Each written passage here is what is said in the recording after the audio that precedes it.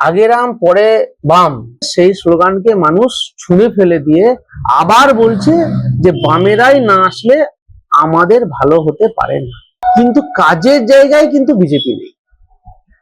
আর উল্টো দিকে দাঁড়িয়ে তৃণমূল কংগ্রেস সংখ্যালঘু বহু মানুষের কাছে গিয়েছে। সেই মানুষজন আজকে বলছে যে মমতা ব্যানার্জি সবচেয়ে বড় বিজেপি। একটা বছর ক্যাম্পে আমাদের 2,500-3,000 করে মানুষজন তার কাগজের জন্য আমাদের কাছে উপস্থিত হয়েছে। কে তৃণমূল কে বিজেপি করে কোথাও ঠিক নাই। আমরা দেখেছি অনেক চিহ্নিত তৃণমূল চিহ্নিত বিজেপি বলছে তোমরা বাবু জমিনটা দিয়েছিলে রক্ষা করতে, তোমরাই পারবে, আর কেউ পারবে না, কারণ গরিব খেটে খাওয়া মানুষের জমি পাওয়ার ক্ষেত্রে, জমি রাখার ক্ষেত্রে লাল ঝান্ডা ছাড়া কেউ নেই।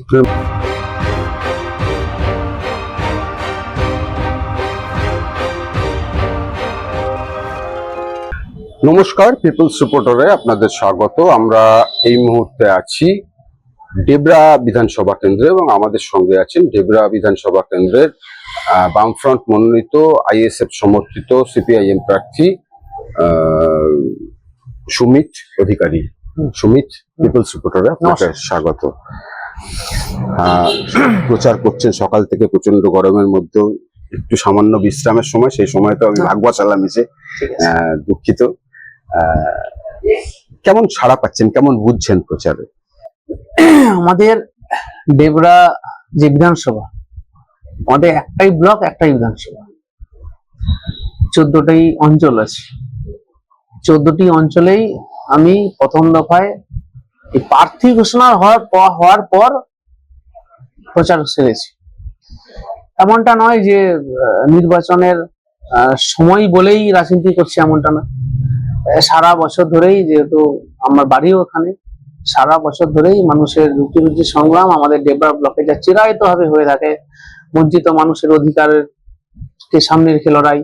আমরাই প্রথম ডেবরা ব্লকে স্লোগান দিলাম, যা পরবর্তীকালে গোটা রাজ্য জুড়ে হচ্ছে বামপন্থীরা সহ মানুষের স্লোগানে পরিণত হয়েছিল, যে রক্ষা করো জব কার্ড, আদায় করো কাজের অধিকার। আমরা যা শুরু করেছিলাম, যেটাকে নিয়ে আমরা সুপ্রিম কোর্টে এবং হাইকোর্টে মামলাও করেছিলাম। তার সাথে জমি জায়গা সহ পাট্টা রেকর্ডের আন্দোলন, সব সারা বছর ধরে আমরা আছি। এখন মানুষের সারার বসে এইটুকু বলতে পারি যে মানুষ তার অভিজ্ঞতা দিয়ে তৃণমূল আর বিজেপিকে দেখছে। 1, 2, আগে রাম পরে বাম, এই যে স্লোগান, আরএসএস এর স্লোগান, যা মানুষের মনের মধ্যে নিয়ে যেতে পেরেছিল আরএসএস, যার মধ্য দিয়ে, হ্যাঁ ঠিক, এটা তো কোনো অস্বীকার নেই যে আমাদেরও একটা অংশের কর্মী সমর্থকদের মধ্যে এই স্লোগানটা তার স্লোগান হিসেবে মানুষ মনে করেছে তারা। কিন্তু যত দিন যাচ্ছে সেই স্লোগানকে মানুষ ছুঁড়ে ফেলে দিয়ে আবার বলছে যে বামেরাই না আসলে আমাদের ভালো হতে পারে না। এটা আমাদের সবচেয়ে বড় ভরসার জায়গা। আপনার কথা থেকে বিজেপির কথা উঠে এলো, আগে রাম পরে বাম কথা উঠে এলো। আপনারা আপনাদের প্রচারে বারবারই একটা কথা বলেন, যে কথাটাকে খুব গুরুত্বের সঙ্গে বলেন, জোর দিয়ে বলেন, যে বিজেপি সাম্প্রদায়িক বিভাজনের রাজনীতি করে, মানুষ ও মানুষের বিভাজন তৈরি করে। তো আপনার যে কেন্দ্র, সেই কেন্দ্রতে বিজেপির এই যে প্রচার, এই যে চেষ্টা, সেটাকে কতটা প্রতিহত করতে পারছেন বলে মনে হয়? আমরা প্রথমে বলছি যে শুধুমাত্র বিজেপি সাম্প্রদায়িক রাজনীতি করে এমনটা নয়। বিজেপি এবং তৃণমূল দুজনে মিলেই প্রতিযোগিতামূলক সাম্প্রদায়িকতা রাজনীতি করছে। বেশ কয়েক বছর ধরে আমরা তা পশ্চিমবাংলায় উল্লেখ করেছি।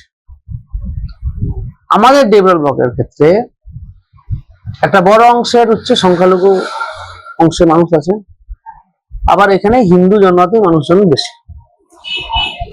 আবার বলছি যে এই বিজেপি গত কয়েকটা বছর ধর্মীয় পাশা খেলায় যত পরিমাণ নতুন অংশকে নামাতে পেরেছিল,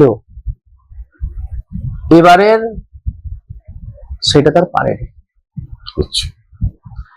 বহু কম বয়সের ছেলেপেলের কাছে গিয়েছি। হ্যাঁ, যেহেতু আমার বয়সটা কম, ফলত নিশার জায়গাটাও বেশি। তারা বলছে যে ধর্ম টর্ম এইসব আছে, থাকবে, এটা বুঝছি, এটা, কিন্তু কাজের জায়গায় কিন্তু বিজেপি নেই। আর উল্টো দিকে দাঁড়িয়ে তৃণমূল কংগ্রেস সংখ্যালঘু বহু মানুষের কাছে গিয়েছে। সেই মানুষজন আজকে বলছে যে মমতা ব্যানার্জি সবচেয়ে বড় বিজেপি, আচ্ছা, জ্যোতিবাবু সরকারটাকে আনতে হবে। তা মানুষ বলছে, উভয় পক্ষের মানুষ তার অভিজ্ঞতা দিয়ে উভয় ধরনের কথাবার্তা বলছে। আপনার যে কেন্দ্র ডেবরা, এই কেন্দ্রতে এর আগে যিনি তৃণমূল বিধায়ক ছিলেন, এবারে তাকে এখান থেকে সরিয়ে অন্য জায়গায় মনোনয়ন দিচ্ছে তৃণমূল, সম্পূর্ণ অন্য একজনকে এখানে প্রার্থী করে নিয়ে এসছে। তো এতে কি মানে এখানকার মানুষ এই বিষয়টাকে কিভাবে দেখছেন?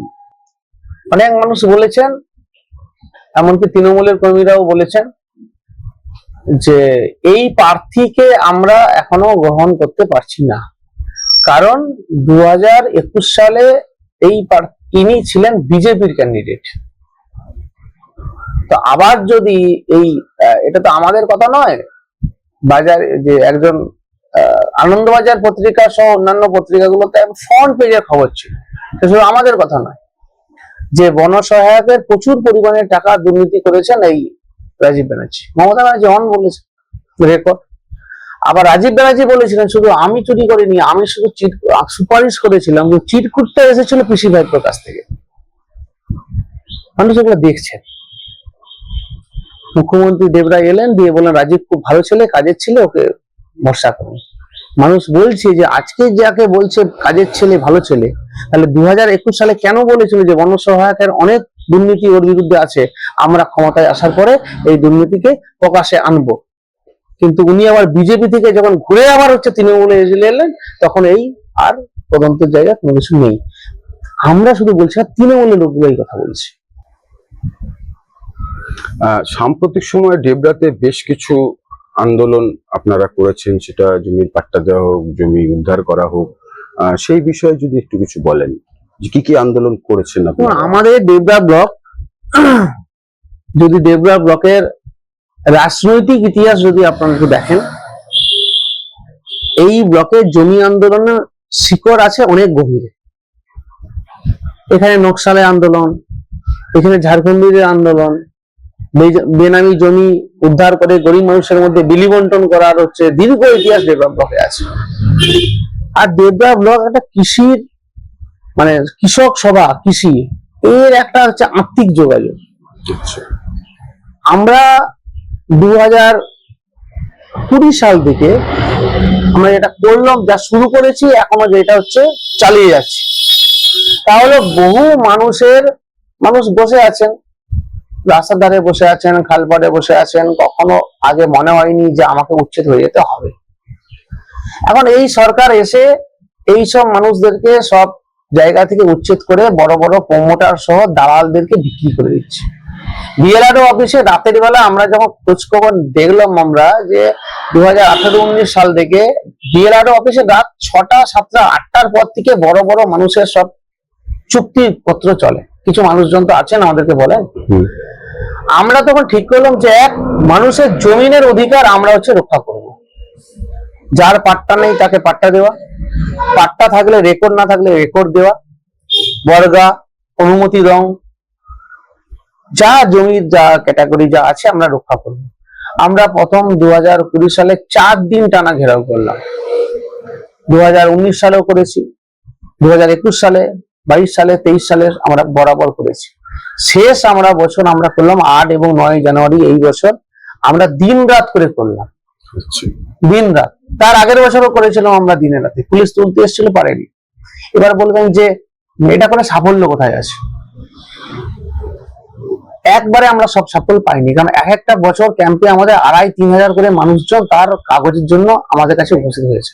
কে তৃণমূল, কে বিজেপি করে কোথাও ঠিক নাই। আমরা দেখেছি অনেক চিহ্নিত তৃণমূল, চিহ্নিত বিজেপি বলছে তোমরা বাবু জমিনটা দিয়েছিলে, রক্ষা করতে তোমরাই পারবে, আর কেউ পারবে না, কারণ গরিব খেটে খাওয়া মানুষের জমি পাওয়ার ক্ষেত্রে, জমি রাখার ক্ষেত্রে লাল ঝান্ডা ছাড়া কেউ নেই। মানুষের সেই আস্থাটা এখনো আছে, আমাদের কাছে আছে। এর মধ্যে দিয়ে আমরা এখনই যা পেরেছি, আমরা এই বছর, এই 2026 সালে আমরা বলতে পারি একটা বড় সাফল্য। দীর্ঘ 40 বছর ধরে রাধবনপুর 1 অঞ্চলে, রঘুগড়া, লহনারবাগ, চন্দনপুরে 40 বছরের কেস লড়ছিল। মালিক পক্ষ এলআরটিতে হেরে যায়। এই 40 বছর আমরা লড়াইয়ে মানুষের সাথে লাল ঝান্ডা ছিল। এই সম্প্রতি ভোট ঘোষণার কয়েকদিন আগে দীর্ঘদিন বলে বিএলআরও কে বলা হচ্ছে, আসেননি।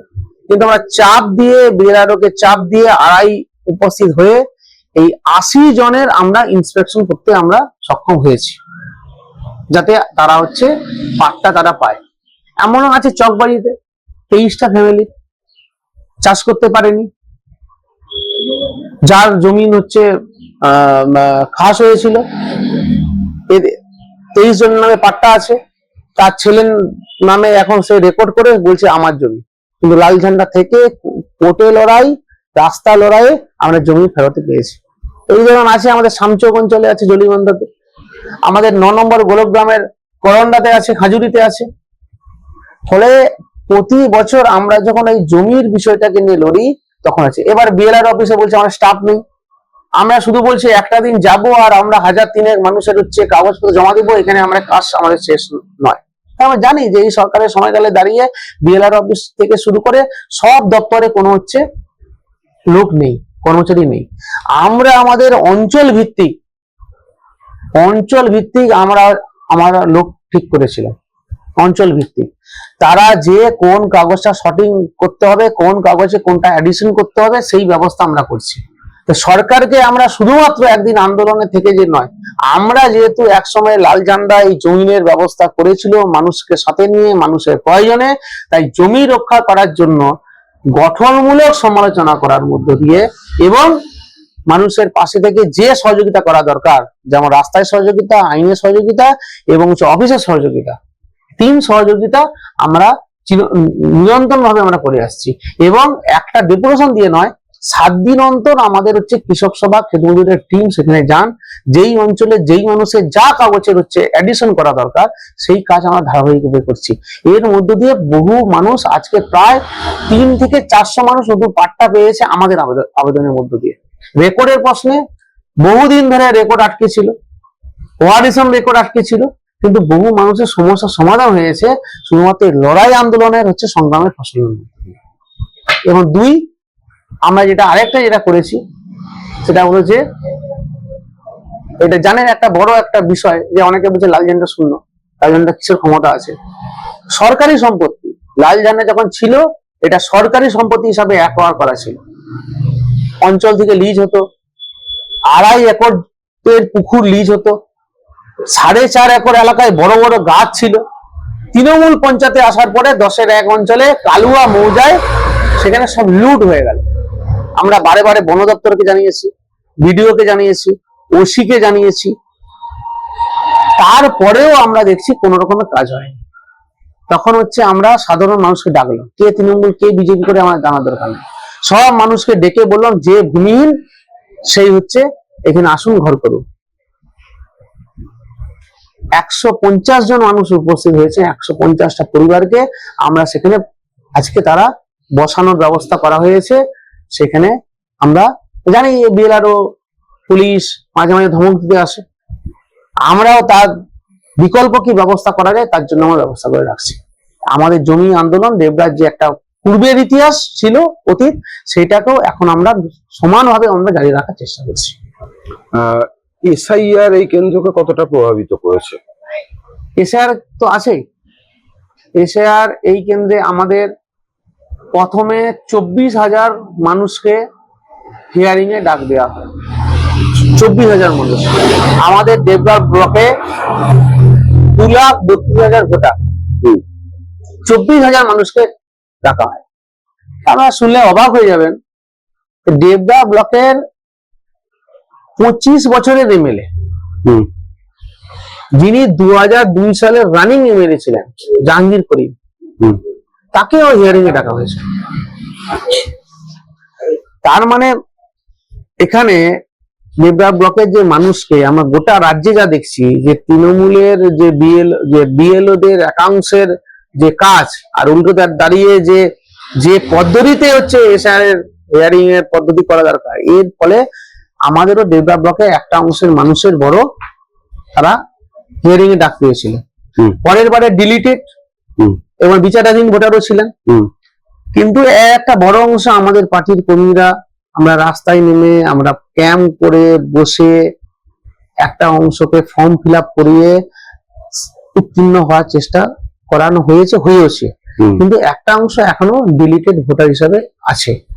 এক্ষেত্রে বিজেপির যে কথা, শুধু মুসলমানরা হচ্ছে বাদ যাবে এমনটা নয়, আমাদের বিকল্পকে আমরা দেখেছি মুসলিম ভোটারও যেমন হচ্ছে বাদ গিয়েছে, হিন্দু ভোটারও বাদ গিয়েছে, গোটা রাজ্যের সাথে আমাদের ডিভাইড।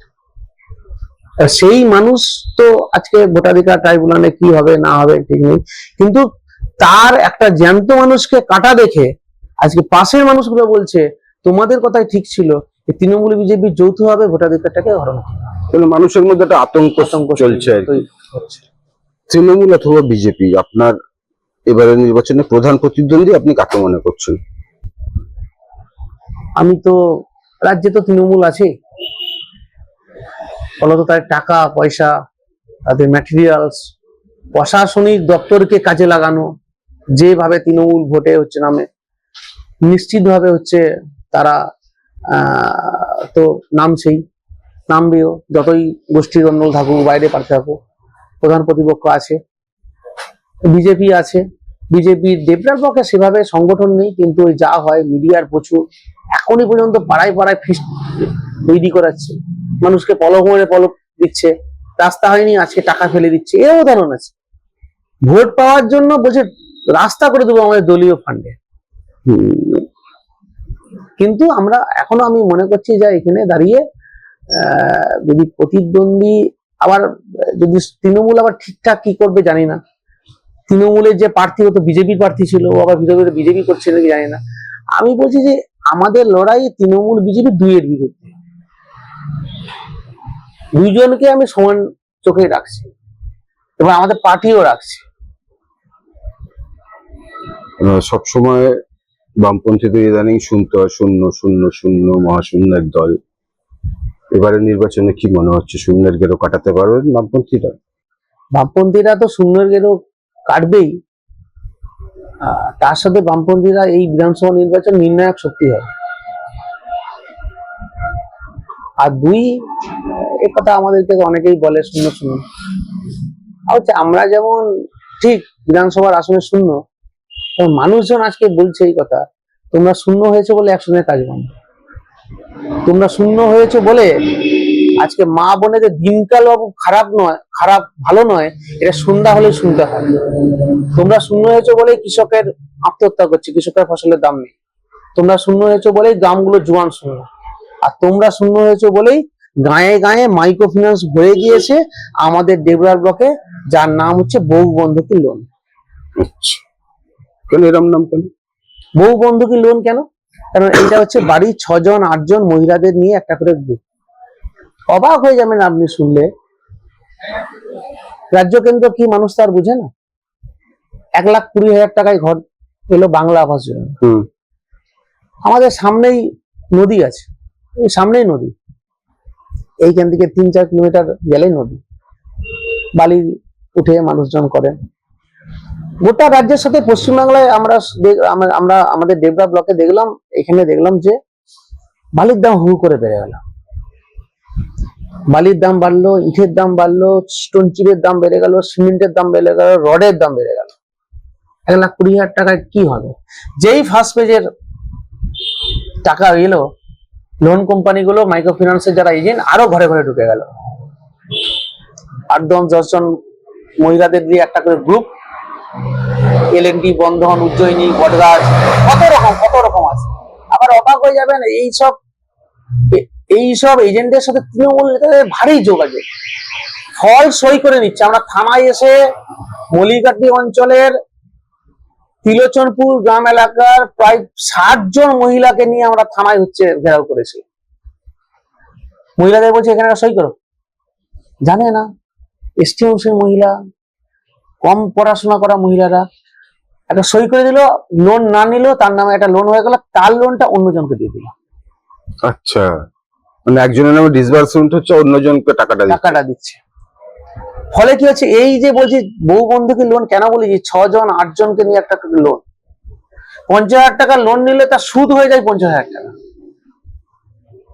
একজন মহিলা না দিতে পারলে বাকি 5 জন মহিলা তাকে বলবে তুই টাকা দে, তোর লোনের টাকা না দিতে পারলে আমাদের 5 জন ঘেরা হয়ে পড়ে দিল।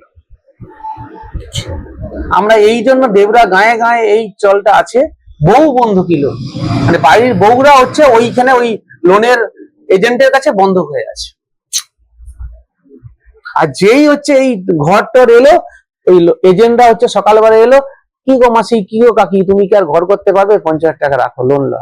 আর তুমি লোন লো, তুমি আর 5 জনকে ঠিক করো, 6 জন একটা গ্রুপ করে নাও। এটাও পারছে না, কারণ আমাদের দেবদা ব্লকের সমবায় গুলো বন্ধ, কোঅপারেটিভ গুলো বন্ধ, ব্যাংক থেকে সাধারণ মানুষ আর লোন পায় না, সমবায় গুলোই ছিল সাধারণ মানুষ একমাত্র হচ্ছে লোন পাওয়ার জায়গা, বন্ধ। হাতে গোনা কয়েকটা আছে, যেগুলো আছে এই আমাদের দেবরা ব্লকে একটা সমবায় আছে, পাটনা সমবায়, হাইকোর্টের কেস চলছে, তৃণমূলের নেতা 11 এই এক অঞ্চল ভবানীপুর অঞ্চলের প্রধান একা 6 কোটি টাকা নিয়েছে, 6 কোটি টাকা কেস চলছে হাইকোর্টে। আমার এটাও তো শূন্য, এইগুলো শূন্য। তাই মানুষ বলছে যে তোমাদেরকে যদি না আনা যায় তাহলে এই গেরো থেকে আমরা কখনো বেরাতে পারবো না। আপনার আর সময় আমি নেব না, একদম শেষ প্রশ্ন। বিধানসভা নির্বাচনের একদম মুখে আমরা দাঁড়িয়ে আছি, ডেবরা কেন্দ্রের ভোটারদের জন্য সিপিআইএম প্রার্থী হিসেবে আপনি কি বার্তা দিতে চান?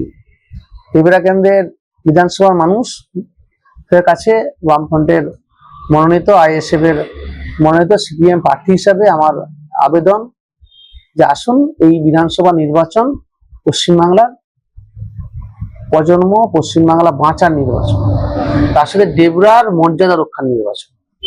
এই মর্যাদা রক্ষার নির্বাচনে দেবরার কৃষক, দেবরার ক্ষেতমজুর, দেবরার স্কুল বাঁচাতে, দেবরার ছাত্রদের পড়াশোনা, যুবকের কাজ, মহিলা নিরাপত্তা সহ সামগ্রিক দেবরার হচ্ছে পরিকাঠামো উন্নয়নে আসুন, কাস্তে হাতুড়ি তারা চিহ্নে ভোট দিয়ে এই দেবরার মর্যাদা সবাই মিলে একসাথে আমরা রক্ষা করি।